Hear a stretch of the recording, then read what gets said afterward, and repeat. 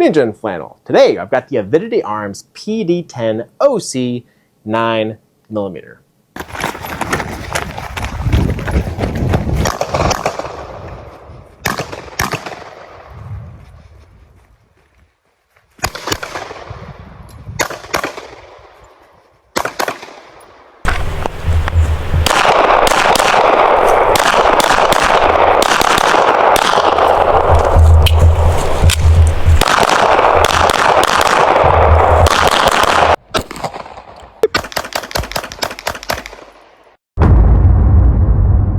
So here we are again with the Avidity Arms PD10 9mm. Now, right off the bat, this is pretty interesting pistol, especially right now, the time it's been produced. It's a single stack, 10 round, 9mm. A 30 Super Carry will hold 12 rounds. And it's interesting that this comes out right now in a climate where most people have switched to very large, kind of uncomfortable pistols to carry. Now, I do carry a large uncomfortable pistol, which is this one. And I thoroughly enjoy it, but it is definitely a challenge sometimes, and not everyone is going to be up to that challenge. More realistically, if you are comfortable carrying your pistol, you are more likely to have it with you, which is the whole purpose. Now, on that note, this is only 1 inch wide at its widest point on the pistol, the slide itself only being 0.9. On that slide, you've got an RMSC optic cut right from factory. If you get the OC model. I think the OC is the only one they're making. I could be wrong, but I think that's the only one they're making. The old model still might be circulating around the internet though. So if you're gonna purchase one, you might wanna double check that it's OptiCut if that's what you're into. In case you're wondering, this is the Siley Cat X Pro Red Dot. Testing this out, so far I love it. I've already done the Wolf X Pro, link in description. Moving on down from the slide, actually let's continue on the slide a little bit. There's actually a loaded chamber indicator, and I have a snap cap right here we'll drop in just for so you guys can see how she looks. Right there, it's just a little nub there. It's not much, but when you're back here, you can see it pretty easily, even through your optic. You can kind of just tilt down. It's nice to know. Most of my firearms do not have them, but I don't know why not, because it's kind of a nice little thing to have there, just as an extra little safety measure. There's my snap cap. Now, that should be all the main details on the slide, other than the fact that there's actually no serrations on the forward portion. The designer of this pistol is a strong supporter of rear racking, which is actually what I do normally as well. Only time I do front racking is if I'm goofing off my shop here, and I just want to do a quick chamber check. Simple as that. Now, moving on down from your slide, what you've got is your trigger. Now, the trigger itself, most people would consider this, at first glance, a trashy trigger. Now, what you've got though is it's not a crisp wall race gun type deal. This is a good carry trigger. It is somewhat heavy. It is somewhat long, but what it has is a really smooth rolling break that's very repeatable. So when at first glance, like at a display or at the table, you feel like, I don't think I like this trigger that much. However, when you go to the range and you start shooting, you just seem to be able to hit stuff and you seem to be able to shoot quick. So you've got a rolling break. I'll show right here a little closer.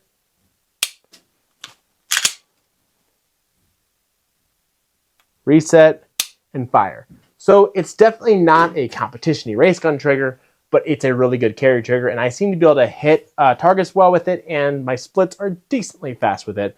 So the trigger, no real complaints there, especially for the purpose this firearm is built from.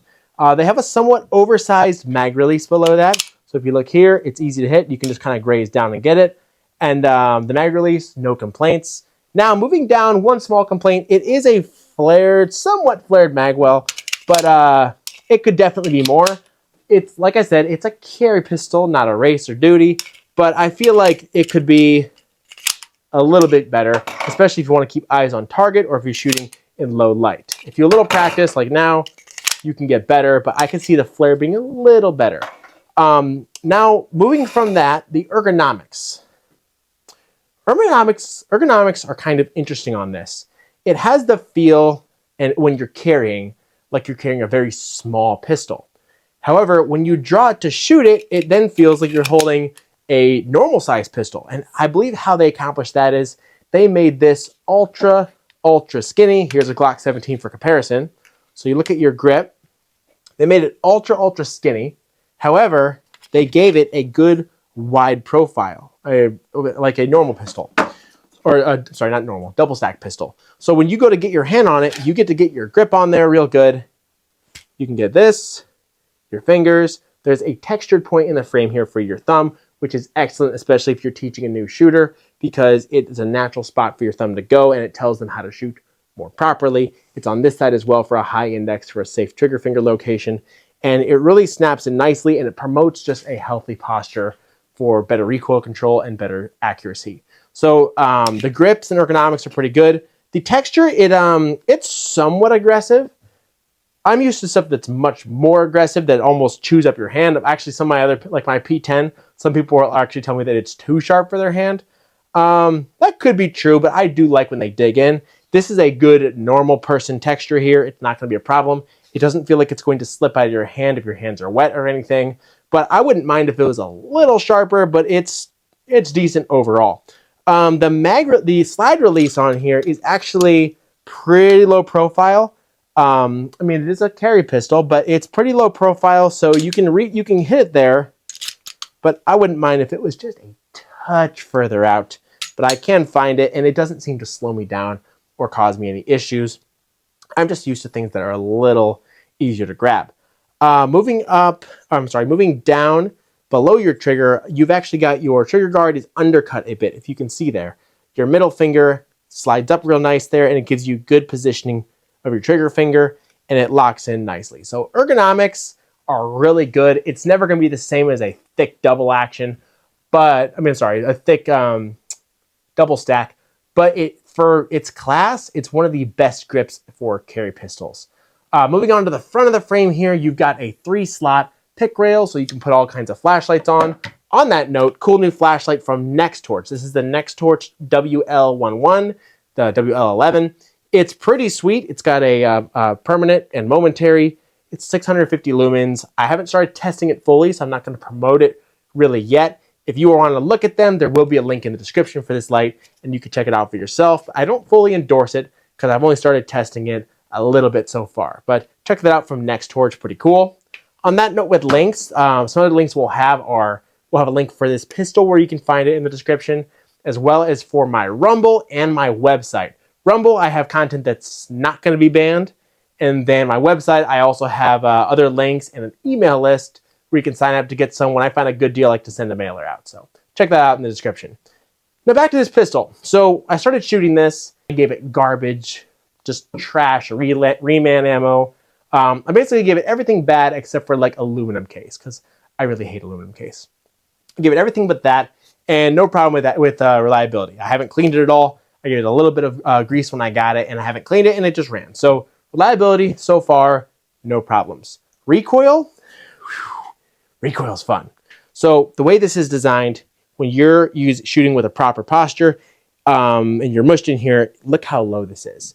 You have a super low bore axis. So it gives the gun less leverage when it's firing, and it just keeps your recoil coming straight back like so. Recoil's fantastic. This is a very flat shooting pistol, especially for being so light. This only weighs 18.8 ounces, something like that. It's super light, and you can shred with this, paired with the pretty decent trigger with a rolling brake, and the fact of how flat the recoil is. You can shoot this really fast and really accurately right off the bat. Recoil they've done well with that. It's kind of a little bit of sorcery when they get that real good low bore axis compared to something else, like a 320 is a high bore axis from SIG, among other issues. But yeah, so I would say recoil, pretty fantastic. Modularity. Now, one thing with newer pistols and newer companies like Avidity are that there's going to be limited options. So right now you can find lots of holsters for this, but I haven't found one yet with light compatibility. So it may exist since I've made this video or since I did my research for it, but so far I haven't found a light compatible holster. That's a pretty easy fix. All I have to do is get a mold for it or something like that. But so far, that's the only thing I've run into. Replacement parts and stuff like that, you're gonna have to go mostly all OEM, because it is a newer company and it's its own design, and it uses proprietary mags and stuff like that. So that's something to note, especially if you're a brand new gun owner, that you're not going to be able to just buy parts and stuff everywhere. you're going to need to go back to Avidity, which isn't going to be a problem. It seems like they're a pretty legit company and will give you support. So keep that in mind for modularity. That will be a small downside. Accuracy. Now, paired with the rolling brake, accuracy is decent. I'm able to hit an A zone on an IPSC target at 50 yards. Going slow, obviously. I'm not ripping at 50 yards, but going slow, I can hit that zone pretty consistently, which isn't bad for a carry pistol. So I'm pretty happy there. Other carry pistols like the 365, I should be able to, but I don't shoot that as well as some, but I do shoot this much better. So as far as accuracy goes, this is pretty good. I mean, I bagged it and stuff. For pistols, you're never looking for that, you know, sub-MOA rifle type stuff, but accuracy as far as pistols are concerned, this is actually decent. Overall, as a carry pistol especially, I think it's a good option. It's a good gun. It fires well. It's got good controls. It's got good safety measures. It gives you your option for your optic and a rail for your flashlight, things like that. I think it's pretty cool. It's going to be a little bit till support catches up for it, aftermarket parts, holsters in different brands and stuff like that. But it's not bad. MSRP is around $625, and I'm pretty cool with it. Let me know what you guys think, and farewell.